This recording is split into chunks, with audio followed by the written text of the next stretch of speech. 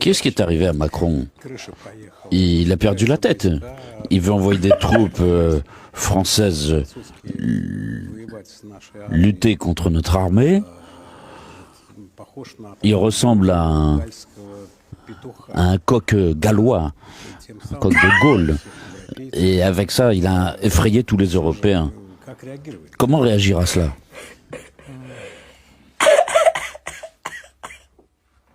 Un coq gallois. Le fait que les militaires occidentaux sont présents en Ukraine depuis longtemps, même avant le coup d'État, après le coup d'État, leur nombre a augmenté considérablement.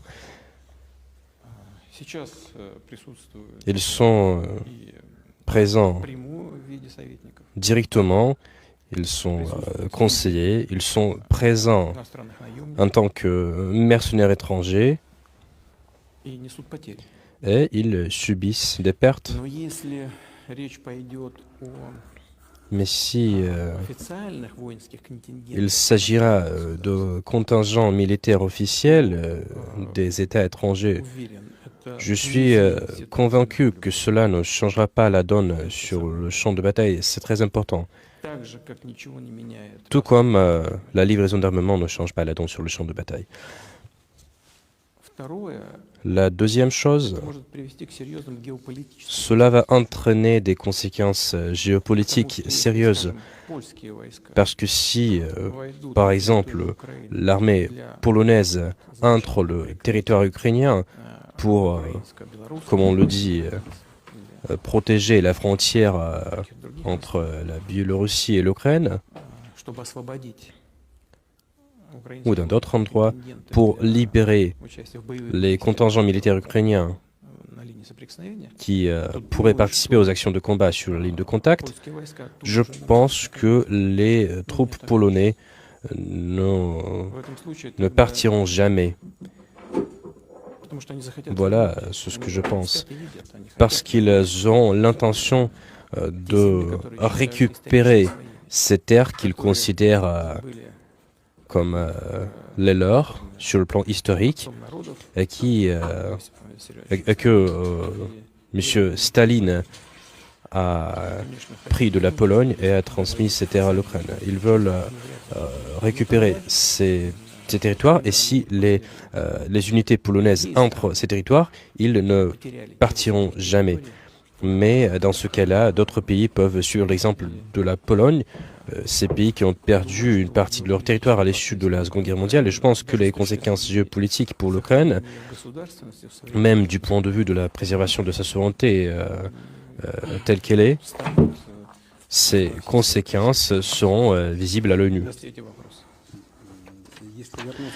Si on revient à Macron, il a peut-être décidé de cette façon de se venger de la Russie, de l'avoir rejeté de l'Afrique. Et est-ce que il dit attention, il faut avoir peur. Peut-être qu'il ne s'attendait pas à ce qu'on soit aussi actif. Je pense qu'il y a une sorte d'insulte. Autrefois, on gardait le contact, on en a parlé de manière franche. Nous n'avons jamais voulu en gérer dans les affaires de l'Afrique. Nous n'avons jamais chassé la France de l'Afrique. Mais le problème est bien différent. Il s'agit du fameux groupe Wagner. Il a effectué un nombre de projets économiques en Syrie. Ensuite, il a déménagé dans d'autres pays de l'Afrique. Et le ministère russe de la Défense a soutenu ce groupe, mais seulement parce que c'est un groupe russe. Nous n'avons jamais chassé personne. Les dirigeants africains de certains pays africains, ils se sont mis d'accord avec les entreprises russes, ils voulaient travailler avec ces entreprises, ils ne voulaient pas travailler avec les Français. Ce n'était pas notre initiative, c'était l'initiative de nos amis africains. Et je ne comprends pas pourquoi Emmanuel Macron, il est insulté. Si un État souverain veut développer ses relations avec ses partenaires, avec d'autres pays, et notamment avec la Russie, et si ces États veulent renforcer ses relations avec la Russie, nous n'avons jamais touché à ces colonisateurs français dans ces pays. Je le dis sans plaisanter, parce que dans plusieurs pays où la France a été la métropole historiquement, dans ces pays, on ne veut pas avoir affaire à ce colonisateur. Nous n'avons rien à voir avec cela. Peut-être c'est confortable d'être insulté sans voir la poutre dans son œil. Peut-être c'est une réaction assez aiguë, assez émotionnelle qui est liée à ce qui se passe dans certains États africains. Alors que je sais que dans plusieurs États africains, on traite de bonne manière la présence française. Ils déclarent qu'ils sont prêts à travailler avec la France. Dans plusieurs pays, on ne le veut pas.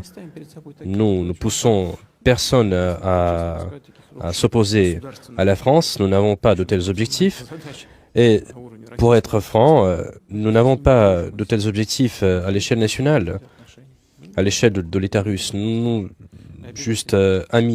sommes juste amis avec ces pays, nous voulons développer les relations avec ces pays. Maintenant, on dit en France qu'il n'y a plus de ligne rouge vis-à-vis de la Russie, que tout est possible maintenant. Ils veulent parler avec nous sur la base d'un équilibre des forces. Et c'est tout ce qu'on entend de France, des pays occidentaux, de Lituanie. On a une sorte de cœur pas très accordé, mais en tout cas hostile. Et peut-être que il faudrait aussi qu'on prenne des décisions inhabituelles. Et à un moment qu'on invite, qu'on demande l'aide de l'armée de Corée du Nord, par exemple, en échange d'une protection nucléaire sur la péninsule coréenne. Pourquoi pas? D'abord, la Corée du Nord a son propre parapluie nucléaire, il ne demande rien. C'est la première chose. La deuxième chose, en principe, nous voyons que nous réalisons les objectifs sur le champ de bataille que nous nous fixons. En ce qui concerne ces États qui déclarent ne pas avoir de ligne rouge à l'égard de la Russie, ces États doivent comprendre que la Russie n'aura pas de ligne rouge à l'égard de ces États. En ce qui concerne les petits États de l'Europe, premièrement, nous traitons tous ces pays avec respect, malgré tout. Deuxièmement, quand ces petits États appellent à durcir la politique à l'égard de Russie et adopter des mesures extrêmes, notamment le déploiement de troupes, ce sont ces États, et ils le comprennent, qui ne vont pas sentir les répercussions de ces déclarations provocatrices. Et ces États qui peuvent ressentir ces conséquences, ils sont plus...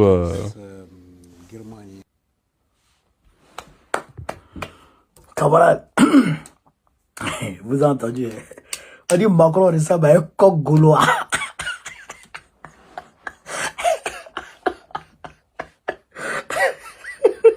Un coq de Gaulle.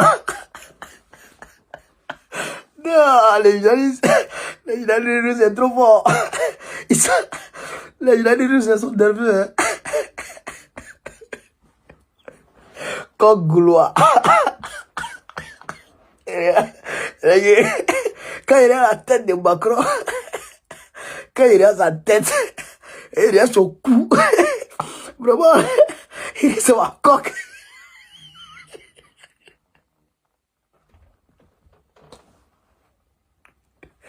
Ah, il a les Russes. Non, ces gens, ils sont forts. On dit il a quel problème? Il a perdu la tête.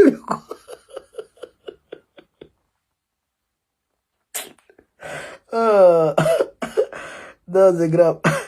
Papi Joe dit Macron est fou. les Allemands disent que Macron est fou. Hein? Chers camarades. Papi, je dis Macron est fou. Les Allemands disent que Macron est fou. Ils sont pas d'accord. Hein? Mais ils sont en train de voir. Ils disent que Papi Joe ne peut pas parler de guerre. Elle est là. Il ne peut pas parler de guerre. Elle est là. Tiens, allez demander aux Américains de rentrer en guerre. Oh, elle est là où ça va pas. La crise économique est en train de les frapper. Ils vont chasser Papi Joe en même temps. Et Papi Joe doit aller aux élections en novembre prochain. Lui et puis Trump. Ils vont dire tête à tête. Coup de tête, match et retour. Hein? Donc, si tu parles de guerre, elle est là. Surtout que une grande partie des électeurs démocrates ont arraché leur soutien, ont retiré leur soutien aux démocrates à cause de ce qui se passe à Gaza. Vous avez vu que la vice-présidente Kamala Harris des États-Unis a dit a demandé un cessez-le-feu immédiat à Gaza. Et elle est partie en Israël. Elle a reçu l'opposant principal du premier ministre israélien. Donc eux allaient là. Et ils se cherchent. Toi, Macron, t'avais parlé de guerre. Allez là où ils se cherchent. C'est un malade, mais quoi. Et ils ne veulent pas parler de guerre. Mais, en tout état de cause, et ça, on va arrêter de rire. En tout état de cause, il y a des velléités de rentrer en guerre de la part des Occidentaux contre la Russie. C'est pourquoi une coalition est née. La Russie et puis la Chine, l'Iran et les pays, l'Azerbaïdjan, l'Oman, l'Afrique du Sud. Oui, l'Afrique du Sud. L'Azerbaïdjan, Kazakhstan. Tous ces pays-là sont ensemble allés là. Former une coalition. Ils ont fait l'exercice militaire la dernière fois. Le 13 et le 12 au 16 mars. Ils ont fait l'exercice militaire. Ensemble. Maritime. Ouais, ils ont commencé dans le golfe d'Oman. Et ils sont allés terminer ça ils sont partis terminer ça dans les eaux iraniennes. Ouais. Non, pas t'amuser, hein. Donc, et ils ont formé déjà le bloc. Et nous aussi, on sait où on s'en va. C'est ça, c'est la vérité. Donc, chers camarades pays d'Afrique. Mais Poutine a dit quelque chose. Il dit, si les Américains... Il a dit quelque chose c'est grave. Il dit, ça va voir... Si les Européens ont déjà des soldats là-bas, ils ont des soldats. Les Français, ils ont des soldats de façon officieuse. Ah ouais, non, mais on les frappe. Mais, on ne dit pas ça. Ah d'accord, mais on les frappe là-bas. Mais il dit, s'ils rentrent en guerre contre la Russie, ça aura des situations géopolitiques compliquées. Pourquoi? Parce que, vous voyez, comment on appelle ça? Staline, quand les Allemands sont rentrés en Pologne, en 39, quand les Allemands sont rentrés en Pologne, 39-40, eh bien, la Russie a aidé l'Allemagne à envahir la Pologne. Après, ils se sont partagés la dépouille de la Pologne. La Russie a pris une partie. La partie que la Russie a prise, la Russie a collé ça avec l'Ukraine. Donc, cette partie-là fait partie intégrante de l'Ukraine. Alors que les Polonais, là, ils savent que cette partie de la terre, là, ça les appartient, ça appartient à leurs ancêtres. Mais Staline a pris ça pour donner ça à l'Ukraine. Et au-delà de ça, quand ils ont annexé l'Allemagne, ils ont pris une partie de la terre de l'Allemagne pour donner à la Pologne. Donc, s'il y a la guerre, tout cela sera compliqué. Tout cela, ça va se compliquer encore. Vous comprenez? Tout cela va se réjouir encore. Donc, l'Allemagne est capable de reprendre sa terre historique. Et la Pologne de reprendre sa terre de l'autre côté. Donc, ça va mener des complications géopolitiques. Donc, eux-mêmes, ça les arrête pas. Donc, ils mettent en garde contre tout ça. Petit, c'est un visionnaire. C'est un visionnaire. Et le comme Babo et puis les IB là. C'est un visionnaire. Non, IB c'est un 10. IB c'est un 10. On va finir de saluer IB. IB c'est un 10. Franchement, ce qu'il a fait pour pour le Burkina Faso dans le milieu de la santé. Non, c'est énorme. Le 13 avril 2024, pas Muriel, le 13 avril 2024, si tu es en France, tu es en Europe, on va manifester pour que le nom de Gbagbo, le seul panafricain, le seul leader panafricain qui est en Côte d'Ivoire, pour que son nom soit sur la liste électorale, afin qu'il puisse gagner les élections, afin qu'il puisse battre tous les autres ouais, pour que la Côte d'Ivoire puisse rentrer dans l'AES et pour qu'on puisse finir avec le franc CFA, pour que la lutte panafricaine prospère en Côte d'Ivoire, en Afrique. Gbagbo là, il faut qu'on se batte pour que son nom soit sur la liste. Donc, je vous appelle, vous tous, le 13 avril, on va lancer les hostilités ici contre Draman.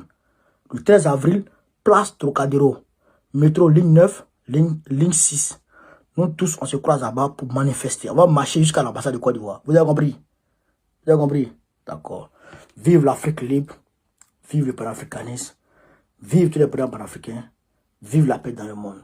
Gbagbo, président de Côte d'Ivoire en 2025, Inch'Allah. Merci les gars.